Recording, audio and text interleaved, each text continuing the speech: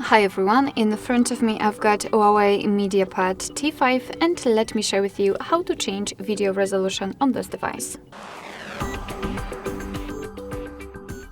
So let's start with opening the camera app, and first of all we have to switch the modes. Currently we've got the standard photo mode, so let's switch to video one, just tap on this camera icon.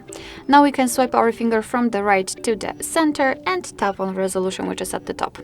And as you can see here, we've got some options from which we can choose. So the HD option is currently applied, but we can set FHD, VGA, QVGA and MMS. So it's basically up to you which option you prefer.